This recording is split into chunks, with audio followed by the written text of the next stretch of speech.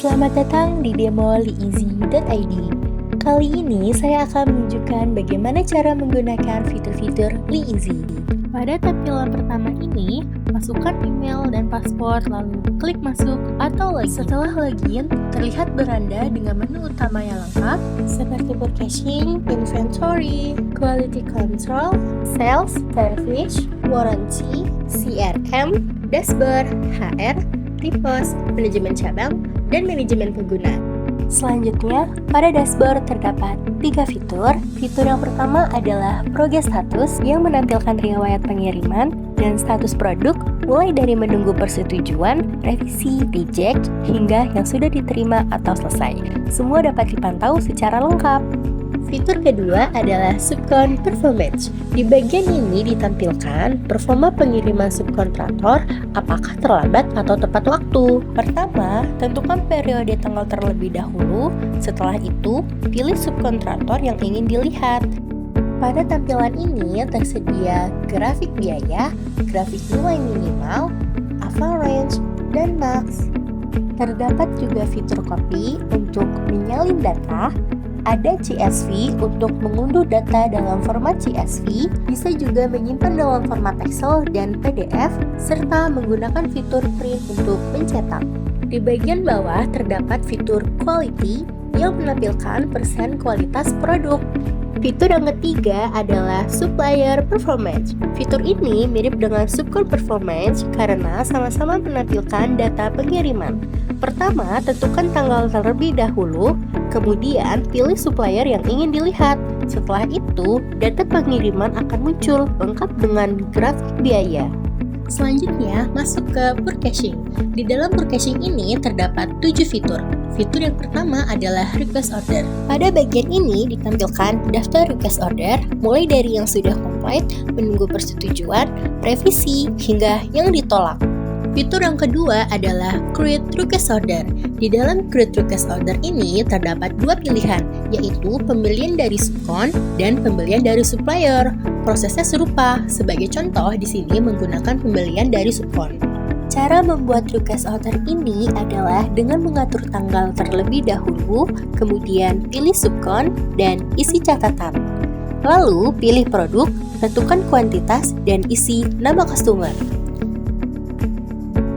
Untuk fiturnya, terdapat menu action untuk menghapus dan juga ada fitur tambah produk yang digunakan untuk menambahkan produk baru ke daftar. Tersedia juga fitur tambah baris. Sebagai contoh, di sini akan dipilih 2 produk sekaligus. Lalu, tentukan kuantitas dan isi nama customer. Setelah itu, terdapat bagian payment term. Sebagai contoh, pembayaran dilakukan langsung sebesar 100.000 dan jadwal pembayarannya dapat diatur sesuai kebutuhan. Berikutnya ada fitur Total Raw yang berisi pilihan jenis pembayaran, jenis pengiriman, dan biaya pengiriman. Sebagai contoh, digunakan jenis pembayaran debit dengan pengiriman melalui ekspedisi serta biaya pengiriman sebesar 10.000. Di bagian bawah juga tersedia 3 pilihan, yaitu batal, simpan draft, dan simpan. Jika memilih simpan draft, maka fitur draft ini masuk ke fitur ketiga. Draft berfungsi sebagai penyimpanan sementara sebelum request order benar-benar diselesaikan. Sebagai contoh, draft diberi nama contoh draft, lalu klik simpan. Setelah itu, draft langsung muncul dalam daftar. Jika sudah selesai dan ingin di-request, bisa langsung klik simpan. Dan setelah diklik simpan, maka akan tertera seperti ini, yang artinya perlu persetujuan terlebih dahulu. Jika membuka menu di bagian kanan, terdapat beberapa pilihan, yaitu detail, download PDF, edit, dan delete. Edit digunakan untuk melakukan revisi apabila diperlukan. Download PDF berfungsi untuk mengunduh data atau detail request order dalam format PDF. Berikut contoh hasil unduhannya. Kemudian, saat memilih detail, akan ditampilkan informasi lengkap dari request order, termasuk 2 item produk, metode pembayaran penuh, serta riwayat transaksinya. Jika memilih tolak, status request order akan berubah menjadi reject. Jika memilih revisi, status akan menjadi revision. Sedangkan jika memilih setujui, status request order akan berubah menjadi complete. Jika status sudah komplit, langkah berikutnya adalah klik buat PO. Artinya, request order tersebut sudah selesai dan otomatis dibuatkan purchase order. Di menu Purchase order yang dibuat sebelumnya sudah tersedia. Detail pengiriman menampilkan nomor PO, metode pengiriman, dan catatan. Selanjutnya, pilih kurir, masukkan nomor resi, tentukan status, isi catatan, atur tanggal pengiriman, serta estimasi tiba. Pada bagian aksi, pilih produk dan tentukan kuantitas yang akan dikirim. Apabila semua produk menggunakan resi yang sama, cukup atur lewat aksi ini. Apabila ada produk dengan resi yang berbeda, tambahkan langsung di tampilan ini. Sebagai contoh, semua produk akan menggunakan resi yang sama. Selanjutnya, klik simpan, kemudian cek di tampilan ini, status request order akan berubah menjadi in delivery. Fitur yang keempat adalah History Order Request. Di sini terdapat data request order yang sudah terhapus. Data tersebut juga dapat dikembalikan atau di-restore jika diperlukan. Fitur yang kelima adalah produk. Di bagian produk, kita dapat menambahkan nama produk secara manual. Selain itu, tersedia fitur import. Dengan opsi download template, jika template diunduh, maka dapat langsung mengisi banyak data sekaligus menggunakan format yang disediakan. Untuk menambah produk secara manual, isi nama pembeli, harga, jumlah, unit, dan supplier. Setelah semua data diisi, klik simpan. Fitur yang kelima adalah manajemen subkon. Sama seperti pada produk, terdapat juga fitur import subkon dengan template subkon. Berikut contoh templatenya. Dan setelah file diisi, dapat langsung diimport ke dalam sistem. Selain melalui import, subkon juga bisa ditambahkan secara manual. Cukup isi data seperti nama, phone, email, address, NPWP, fax, pitch, dan kode. Setelah lengkap, klik simpan. Fitur yang keenam adalah manajemen supplier. Sama seperti subkon, terdapat fitur import dengan template yang bisa diunduh, diisi file, lalu langsung diimport ke sistem. Selain itu, supplier juga bisa ditambahkan secara manual dengan mengisi data yang formatnya serupa dengan subkon tadi. Selanjutnya, masuk ke inventory. Di dalam inventory ini terdapat 5 fitur. Fitur inventory merupakan lanjutan dari request order sebelumnya. Produk yang statusnya masih in delivery akan masuk di sini.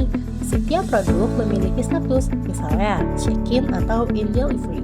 Pada status check-in, melalui menu aksi dapat dilakukan pemeriksaan, misalnya jika ada produk yang rusak atau perlu dikembalikan. Barang dengan status in delivery akan masuk ke fitur penerimaan barang. Pilih PO dan nomor resi yang sesuai. Setelah barang diterima, status akan berubah dari in delivery menjadi receive. Dan klik terima PO atau tutup untuk menyelesaikan proses penerimaan. Setelah barang berstatus receive atau sudah sampai, perlu dilakukan pengecekan. Pengecekan bisa dilakukan melalui menu aksi ataupun lewat fitur cek barang masuk. Jika dilakukan lewat menu aksi, data seperti PO number dan nomor resi akan otomatis terisi. Namun, jika melalui fitur cek barang masuk, maka PO number dan nomor resi harus dipilih ulang dan pengecekan dapat dilakukan berkali-kali. Jika pengecekan dilakukan lewat menu aksi, langkah pertama adalah klik mulai pengecekan. Setelah itu, baris data bisa diedit dan disesuaikan dengan kebutuhan. Sebagai contoh, pada quality status dipilih not good dan delivery dipilih match, maka akan muncul keterangan seperti ini di data. Jika kemudian disimpan, status akan berubah menjadi revision. Sebaliknya, jika quality status dipilih good, maka status akan menjadi complete dan produk otomatis telah masuk ke inventory. Selanjutnya ada fitur kirim barang. Langkahnya, tentukan nomor PO, tanggal kirim, pilih subkon, kurir, produk, jumlah, dan satuan unit. Jika ingin menambahkan produk lain, gunakan tombol tambah baris. Setelah semua data terisi, klik simpan. Produk yang baru saja dibuat kemudian perlu melalui proses persetujuan terlebih dahulu. Setelah pengiriman disetujui, langkah berikutnya adalah mencetak surat jalan. Berikut contoh surat jalan yang dapat di-print. Kemudian, masuk ke menu pengiriman, isi nomor resi dan tanggal pengiriman, lalu klik simpan. Selanjutnya, masuk ke bagian data master. Pertama, ada fitur pengguna. Fitur ini menampilkan peran atau jabatan dari setiap pengguna aplikasi. Tersedia juga fitur import dengan template. Berikut contoh template-nya. Template ini digunakan untuk memasukkan pengguna baru dalam jumlah banyak sekaligus. Lalu, pilih file dan klik import. Setelah itu, tersedia juga fitur tambah pengguna. Di sini, data ditambahkan satu persatu, mulai dari nama, nomor telepon, email, password, foto, dan role. Jika sudah lengkap, klik simpan, maka data pengguna akan langsung tersimpan.